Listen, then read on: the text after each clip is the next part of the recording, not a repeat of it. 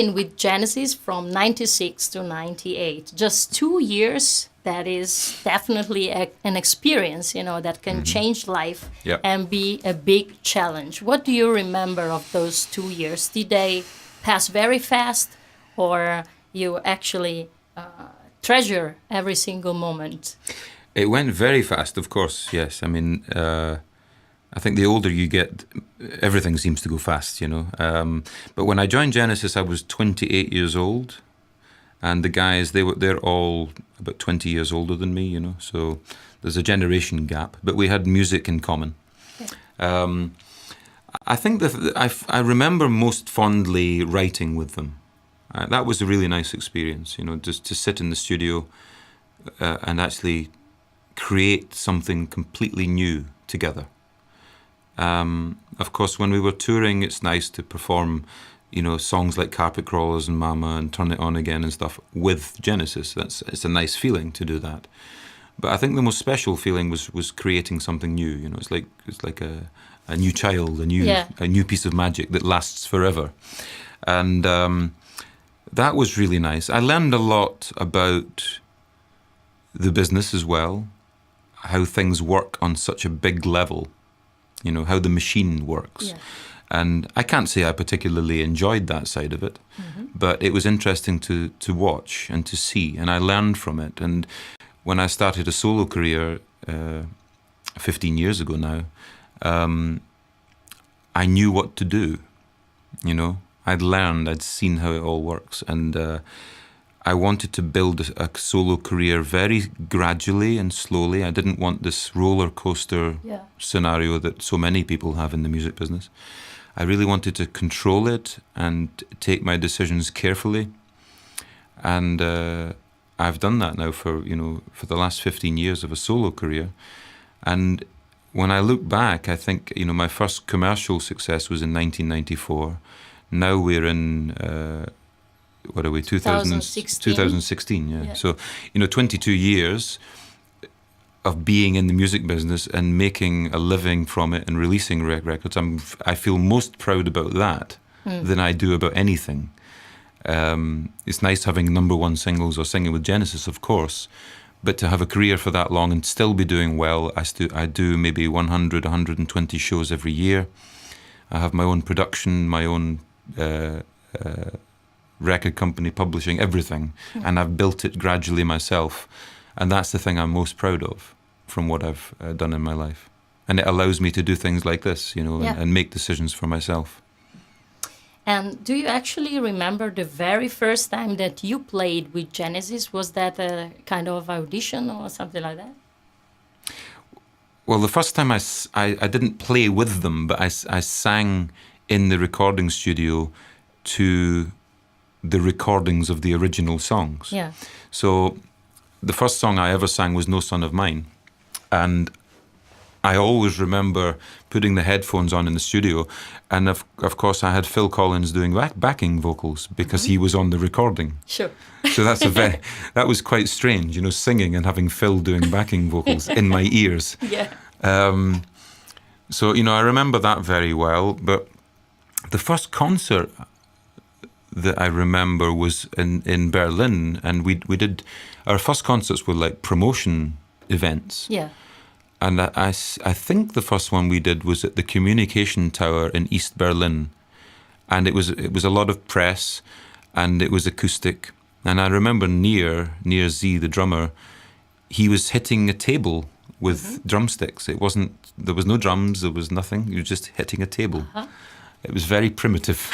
And I liked it because it was very real. And, one of my main objectives when I joined the band was to let people hear me singing. And it was nice that the first few concerts were acoustic because the production was obviously more minimalist and you could really hear the voice, And, of course, that gave fans of Genesis an opportunity to decide whether they liked my voice or whether they didn't. And I enjoyed that very much. That was it's the first moment I remember doing a concert. There might have been one before, but I think that was the first one. And did you feel pressure or big responsibility, filling those big shoes? The big that Phil you had shoes. to, yeah, Phil and also Peter before. So it was actually quite difficult. And which were your expectations back then? Well, I don't remember feeling pressure, although I must have done. Obviously, I think I would have felt pressure, but I don't. That's not what's in my mind. I was so focused on getting it right, doing a good job, that you don't have time to worry about it.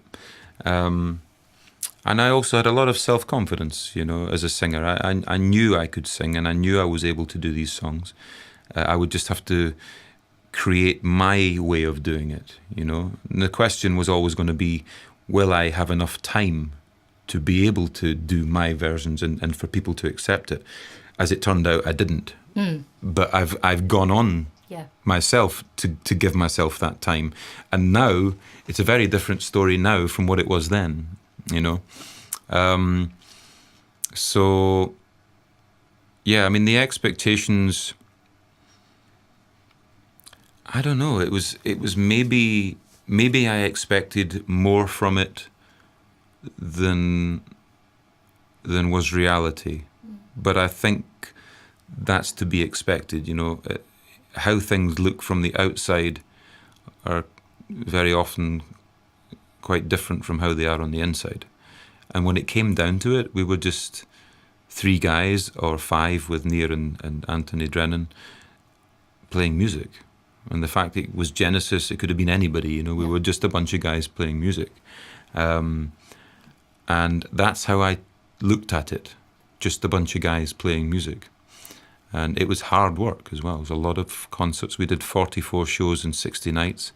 The concerts were almost 3 hours long, 2 hours, 40 minutes. So a lot of singing Phil's style and then Peter's style and then my style. I remember the pain of the shows. It was hard work. And it went by very fast. But really, from that point till now, my career has been much more enjoyable than it ever was then.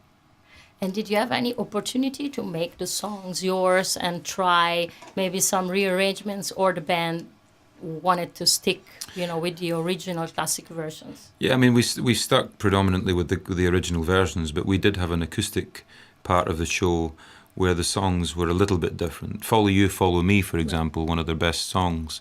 We did an acoustic version of that, and it had a different rhythmical feel to the studio recording. So there was a little bit of that improvisation, but not enough. It's again one of the downsides of being involved in something like that, is you really are part of a machine, and everything. You've got a lighting guy who has a complete lighting structure for every song. So it's not as if you can kind of change the show in the middle and decide that you want to do something else or something new. We never got to that point, which is a great shame, because I think had we got to that point, it would have been as enjoyable as it is now when I'm doing it with my own guys. Okay. Because it's nice to improvise and to have that spontaneity. You see that with Bruce Springsteen a lot. He's touring around at the moment, and he has that spontaneity that is just, I totally understand why he does that and why he wants the freedom to do that, because it just makes all the difference in the world. Of course, you can't do it with every song, but you can do it a little bit in a show. But with Genesis, we didn't do it at all. We did pretty much the same set for 44 shows with 1 or 2 changes at the beginning. Okay. And were you some way surprised when you got the call? Since back then you were singing with a band called Stillskin, which was defined post-grunge, which has nothing to do with Genesis Certainly at all. doesn't. So to be honest, were you surprised and in any sense maybe think that it was just a joke and somebody getting fool of you? Yes, of course. That was my initial impression was, this is a joke. Yeah. Actually, when they called me, I wasn't with Stiltskin anymore because we'd stopped at that time. So, but yeah, I mean, I was having breakfast. I can still see where I was when I got that call. So my initial impression was that it was a joke. But of course, after talking to Tony Smith, the manager, for a while, I realised it wasn't a joke. And then it was quite interesting that my first instinct when I put down the phone was not to do it. Really? Yes. It was the reason. I'd been writing an album at the time, which was released after Calling All Stations album, but it was supposed to be released before. And I'd had a record deal for it with Virgin Records in Munich, and everything was in place. And I'd spent a couple of years writing this, and I was very happy with it. And of course, in order to work with Genesis, I had to stop this, and I didn't want to. And I was really... And the album I wrote, which was called Millionaire Head, with Cut was the project at the time. And I really felt that was a continuation of Stiltskin. And that's where I was at the time, musically. And however, I made the decision, obviously, I did the album with Genesis, and then I went back to this material that I'd written and produced it differently because I'd been working with Genesis. So I introduced synthesizers and softened it, I think is the best way to put it, because the way it was originally written was much more kind of post-grunge feel, and I changed that. And perhaps, you never know, if I had continued with what I was doing, it might have taken me in a different direction. But that's not to say that I regret the way things worked out. But as I say, it's interesting that my first instinct was to say no. But I didn't. I said yes in the end. Did you ever meet Phil Collins? Did he ever tell you what he thinks about the Calling All Stations album? Mm-hmm. I met Phil 3 or 4 times. I spoke to him on the phone as well. He never told me what he thought. Never. And I always felt, from what I was told from his personal assistant at the time, he was finding it difficult to accept. Not because he had any problem with me. I didn't know him. But I think Genesis was his band. You know, he'd been with them for many, many years, and he obviously had a great deal of affection for the guys. And then all of a sudden, this stranger Scottish guy comes in and starts doing the job that he was doing. And even though it was his decision to leave, but I think deep down he regretted that in some respects. Okay. I feel that. You would have to ask him for an honest answer on it. But I always felt that a huge part of him wanted to continue, but because of the situation he was in at the time, with his own career was so successful, he was getting a lot of stress from the British press at the time. So he'd moved to Switzerland, and I think he just felt it was time to break it off. Yeah. When I look back, if I think about Phil's career after that time, I think he made a mistake. I think he should have continued, because his best work for me was when he was with Genesis, even as a solo artist. It was still that time. Right. I think he was better, more creative, because of course you have the benefit of bouncing ideas off people that you respect, and I think when he stopped with Genesis, he lost that, and perhaps became more isolated. I don't know, as a writer, it's difficult to know. But when I listen to his music from that point on, I think he was better with. Yeah, that's my feeling. Maybe why he went back after. Maybe it is why he went back. But of course, they never wrote any new music. They didn't. The last new song that was ever recorded with Genesis was with me. Yeah. And what about your story? You actually weren't fired from Genesis. Which is the true story? The true story is that they decided just not to continue. Genesis are not the type to fire anyone. They don't do that, you know. It's not English. Okay. It's not English in the kind of English they are, you know, it's upper class English people. They don't do it like that. And they just decided that, or at least I think Mike Rutherford was the person that made the decision, from what I've learned since then. Okay. I think it was Mike's decision. They just didn't have the heart to do it again. And I think they were a little bit afraid if they did another album that it might not work at all, you know. And Calling All Stations had done quite well. It was their 4th best-selling album, but it was still a lot less sales than Invisible Touch and We Can't Dance, which was obvious. And I think, to be honest, even if they did an album with Phil, it would have been less sales than, because at that time the whole industry was changing, radio was changing. However,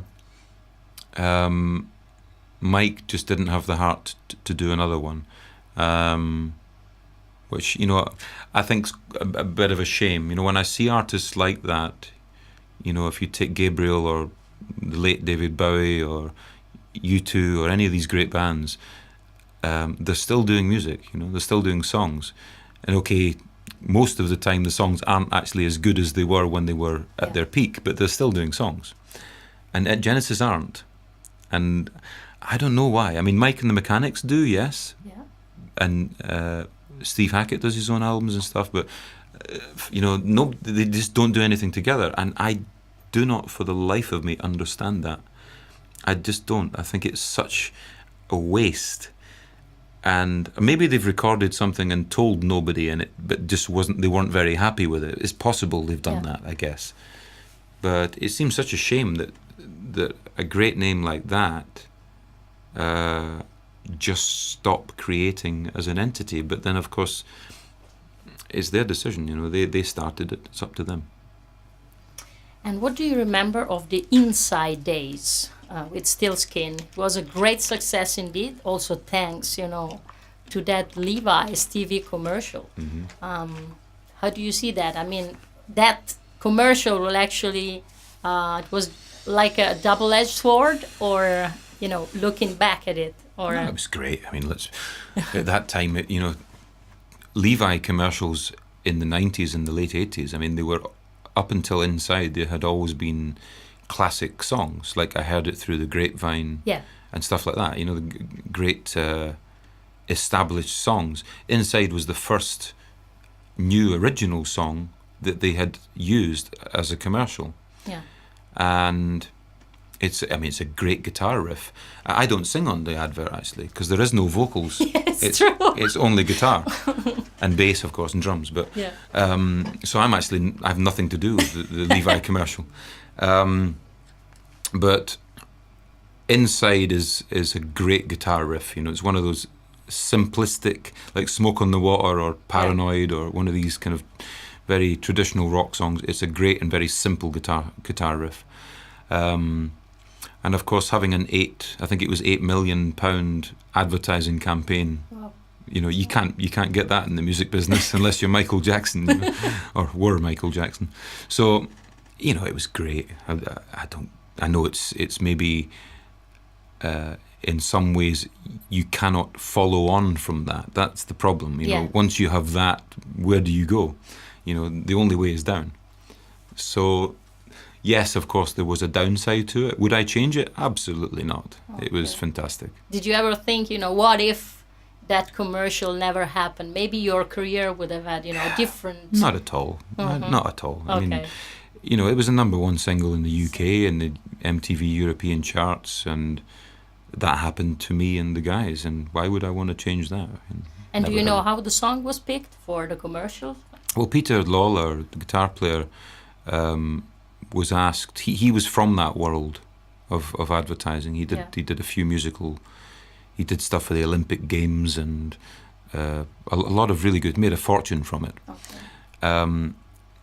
And at that time, he was asked by whoever were the marketing company for Levi's were looking for music, and they went to him amongst other people, I guess, for ideas. And he presented some ideas, and this piece of music, he didn't present it to them, actually, but they said, have you got anything else? Because not everything he presented they didn't really like, and he presented this, and they said, that's really good, what's that? And it was just the guitar riff. And of course it was a really great piece of music, so we developed it, and Inside was born. But Stillskin were not just Inside. You had also the Mind's Eye album, then you reunited also the band in 2006. So Well, there was more. it was really inside. It was inside a song called Footsteps, and of course the Mind's Eye album. Yes, but when I look back on it, there was interesting decisions made at that time. We were approached, certainly. So Peter told me anyway. We were approached by Jimmy Iovine from Interscope Records, and Jimmy Iovine. In the end, Peter didn't want the album to be produced or mixed by somebody else because he had done it, and he didn't want to let go. So this is the story as I was told it, and so subsequently we didn't sign with him, and he signed a band called Bush. Yeah. And Bush were huge in America. Yeah. And that could have easily have been us had Peter said yes instead of no. Oh. But it was his decision to make. So, it just shows you how things go.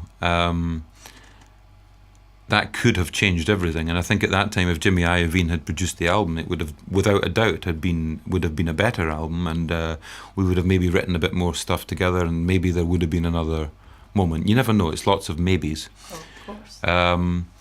But that's, and then 2006, I decided to bring the idea back, but with new guys, because we all hated each other in Stiltskin.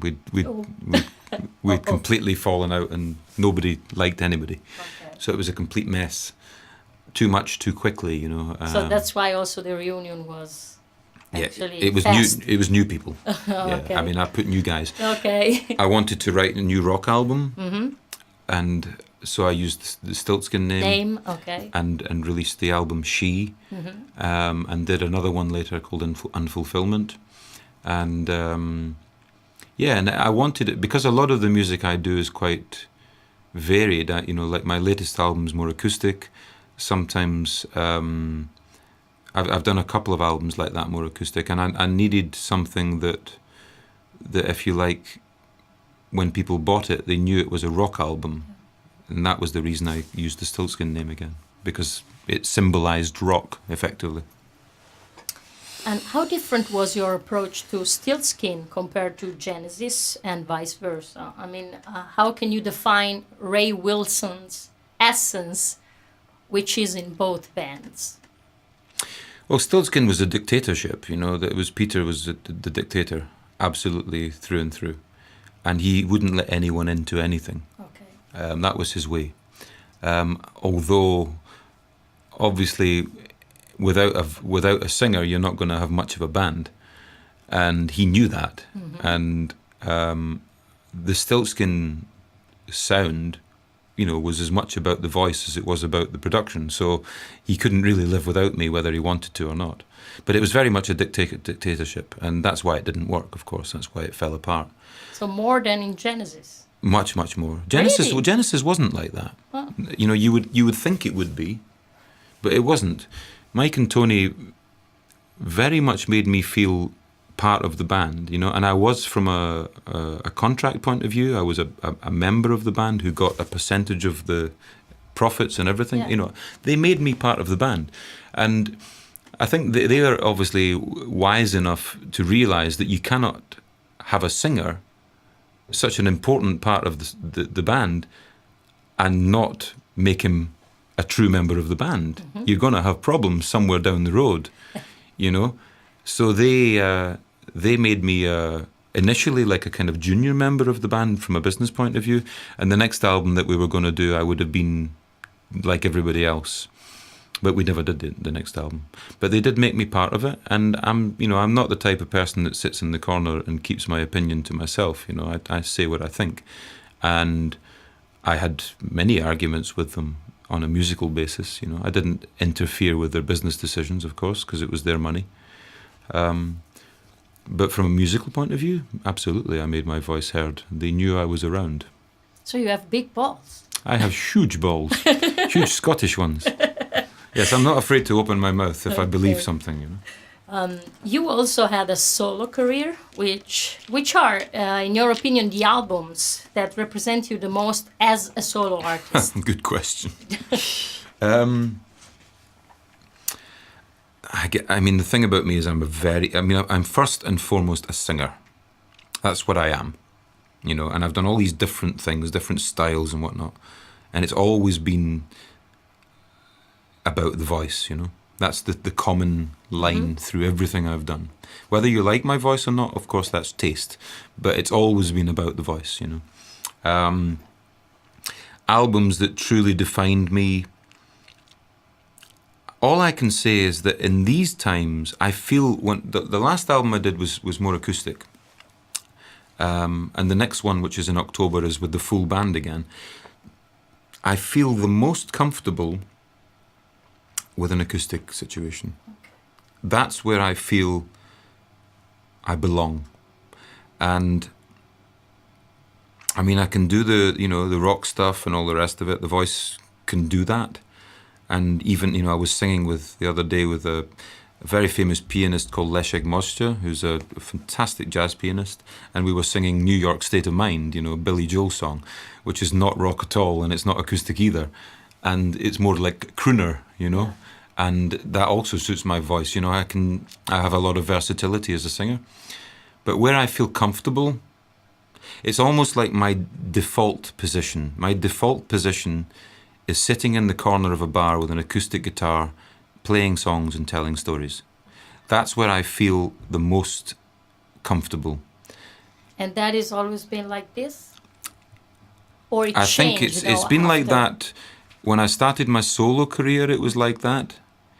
And it's again like that now. It's like whenever I get tired of the politics of people, the stress of running the business and dealing, I have a lot of people working for me and stuff. Whenever I get tired of that, I just want to sit in the corner and play my guitar and have nothing to think about, So there's something about that type of performing that makes me feel very safe and relaxed. And yourself. And also. myself, yeah, I do. And I think, again, because my main thing is the voice, it's when you're doing something acoustic, there is a lot of space for the voice and the sound, and I can create very nice dynamics and a lot of passion and emotion in that kind of scenario. So if you get a good venue with nice acoustics and not too big, you can really create magic within acoustics settings, and I really enjoy that. I have a love for that. You said before that you learned a lot from both experience, Stiltskin and Genesis as well. But did you approach the music any differently, the composition also of the music any differently after those experiences? Did you feel it like a big shadow to live up to, or maybe the right push, after, having your name on top? I think both Stiltskin and Genesis were important for me from a writing point of view. I wrote, after working with Peter, as much as he was a bit of a dictator, he was very creative, and I wrote some really nice songs from that whole Stiltskin feel. A song like Another Day, which Armin van Buuren went on to produce and have a huge success with around the world. And the songs, like there's a song called Sarah that I wrote that I play quite a lot. And there was a few songs that came from writing in a similar style to the way Peter did. So the way chords were constructed and different inversions of chords and stuff I started to play with. And some nice pieces of music came from that. With Genesis, the art of jamming together and writing came from that Genesis time. And now, when I write with people. Not all the time, but nearly all the time. Okay. And like the Song for a Friend album is written with Uwe Metzler. I don't play guitar at all on this album. I don't play bass. I don't play anything. I just sing. And write the melody and the lyrics. And I love it. I think you get a situation there where I have someone like Uwe Metzler, who's a guitarist, he's a wonderful guitarist. I really love his playing, and he's better than I am. And he creates these great ideas, and then I write to them, lyrically and melodically, and then I produce them. So I bring in a little bit of bass here, maybe little bits of percussion or flute or tenor saxophone or whatever it is, but I leave Uwe to do what he's best at, and I do what I'm best at, and we bounce off each other, creatively, and I really like that. And how was the experience with the Berlin Symphony Ensemble playing Genesis classics? And did Tony or Mike ever tell you what they think about it? Well, my first experience with an orchestra was with the Berlin Philharmonic Orchestra and the Scorpions. Yeah. And Zucchero was singing as well. Moment of Glory. Moment of Glory. You sang Big City Nights. I sang Big City Nights. Yeah. Zucchero sang Send Me an Angel. And that was my first experience of standing in front of an orchestra. Yeah. And, that is an orchestra. It was unbelievable. 88-piece orchestra, Berlin Philharmonic. It was very special. So some years later, I was asked to perform in a palace near Dresden in Germany, and they'd asked if I could introduce some classical instruments to Genesis songs and do some Genesis songs. Yeah. And I thought, my first impression was like, why would I want to do that? But anyway, I gave it some thought, and I thought, oh, this could be quite interesting. So I basically took the synthesizer parts from the Genesis songs and replaced them with string quartet. And It sounds quite simple. I just took, rather than all of the sounds. The thing about synthesizer sounds is that, with the exception, they can sound a little bit dated, especially the sounds of the 80s. Mm-hmm. When you hear the synth, it really sounds like the 80s, The 70s sounds are much better. The analog sounds, I think, they're timeless. They sound great all the time. But I think the 80s sounds quite often sound a bit cheesy now. So I took these sounds out and replaced them with string quartet, and then did a version of a Genesis song. It was maybe a little bit more rocky because I sing a bit more rocky. It had a bit more edge, but fundamentally the only difference was that the synthesizer sounds were replaced by string quartet and piano, classical piano. And that's what I did, and I did this concert in Pillnitz near Dresden, and it was just a huge success. People loved it, and I was like, wow, this works. So, 400 shows later, I'm still doing it, and we've done it with an orchestra 2 or 3 times as well, with a full orchestra. But the basic concept is taking great songs from Mike and Tony, Phil, Peter, Steve, and the guys, and sometimes from me as well, and taking out the synth and putting in the string quartet. That's the difference. And it just, something about it, it's really quite special, and making it a little bit more edgy, a bit more rocky. I have 3 more questions. Do we have time to do I'm it? fine. I'm happy. You also collaborated with Steve Hackett for Genesis Revisited 2. Can you tell us something about that experience? Well, Steve contacted me and asked if I would be interested in singing Carpet Crawlers. I said yes, good idea, because it's one of those songs that I can sing quite well. And I thought that would be great, work with Steve Hackett and sing a great song that I know I can sing. What a combination, So I sang the song for him, and then we did concert here in Milan, and we did one in Glasgow. We did the Royal Albert Hall in London, and we did one in Berlin. So we did a few shows. I sang that, I Know What I Like, and Entangled I sang as well. And Nad was singing as well on some of the songs. And it was just great fun. It was nice, Did Steve tell you what he thinks about the Calling All Stations album? Never? I don't think I asked him.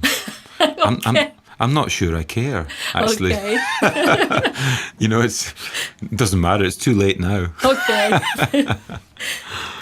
You have an autobiographical book, which is called Gypsy.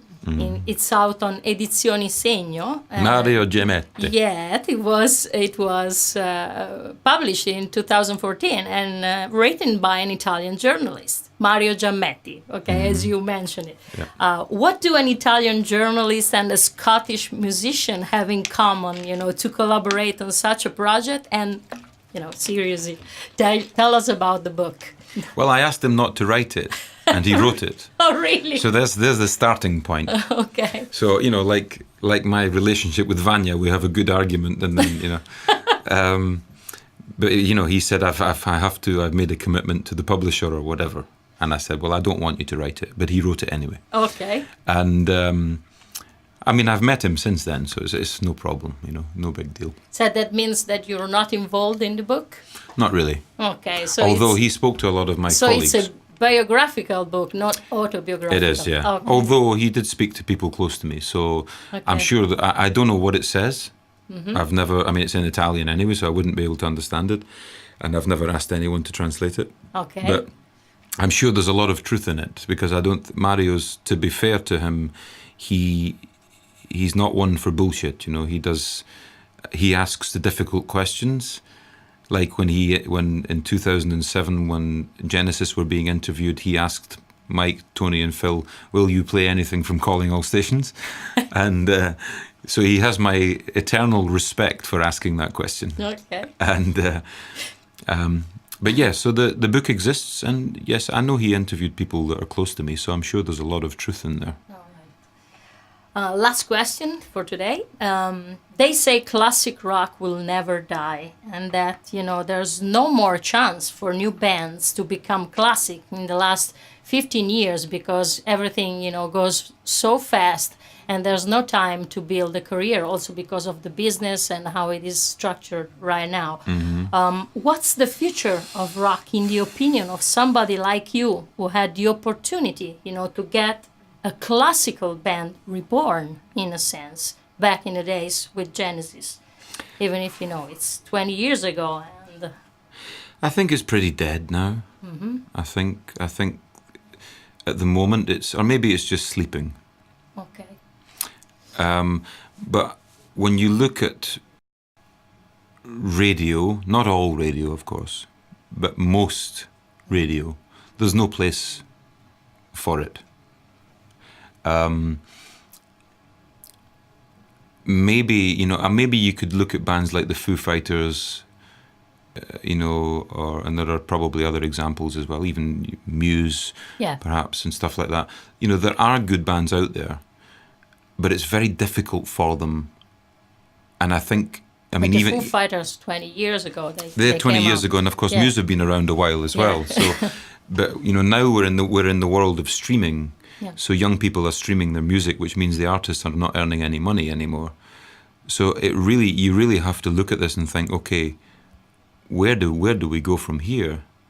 Artists like me, and even bigger artists than I am, are making money from touring, not from selling albums anymore. Okay, making some money, but not like it was. And we can tour because we have this kind of wealth of music to choose from, and of course I'm including Genesis material in that because of my association with them. So it gives me more opportunity, there's no doubt about it. If I didn't do that, my opportunities would be far less. But for a young band, like for a band in the last 2-3 years, God only knows what happens with a situation like that. I think it's I don't know where they make any money. I don't know, they can get in the garage and get a guitar, a bass guitar, and, lead guitar, and thrash it out like I did when I was a boy, or like Dave Grohl did with the Nirvana guys or whatever. But where do they go from there? You can put it on the internet and everyone will download it for nothing and maybe enjoy it, and then maybe come to a concert. Maybe you can build it that way. It's hard to know. But for one thing's for sure, that the business has changed for good. And to my mind, streaming, as much as it's great for the consumer, and it is great for the consumer, it's nice to have every song available on a jukebox, on a laptop or a phone or whatever. But for the artist, it's killed it for us. That's the truth. Unless you're Adele. Or someone huge like the Foo Fighters, that can afford to carry on. But for a new band, rest in peace. So Do you think there's no hope at all, or? Well, there's always hope, you know, and there'll always be music because, you know, people want to be creative. But whether the kind of that traditional rock band thing we're talking about, classic rock band, I don't really see where that goes. Of course, a band can get together and play AC/DC songs or songs from the Stones or Genesis or whoever, you know, that's always going to sound good, you know, because they're good songs. Yeah. And there's nothing wrong with that, you know. There's nothing to say that you can't have a job and then go and play in your band at night. There's no harm in that whatsoever. But in terms of making a living and a career out of it, you know, that's a different thing. But of course, in the 70s, you know, when Genesis were releasing albums, there was probably just a few albums released in a week. Yeah. Now there's probably 500 or something, or maybe even more. So the industry is kind of saturated. So maybe this is like nature's way of killing off the bad stuff and and finding the good stuff. You know, maybe that's what's happening. I don't know. That's a good point. Yeah, maybe because there is too much. It's saturation, for sure. But you know, art should be, you know, it's freedom of expression, and it's important that can you imagine a life without art? You know, can you imagine a building with no paintings or no dancing or no music? Of course. So it has to live on, and you know, music created with computers and with that kind of formatted structural metronome type emotion behind it has a place for sure. It works in the clubs and so on and so forth. But I think when it comes to real soul and heart, it has to be created in a more natural and gifted way, you know. Thanks very much, Ray, for your time and for your music. It's a pleasure. And looking forward to see you on the 17th of October at the Fabrique in Milano. In Milano. Okay. I'll be there. Thank you. Ciao. Ciao.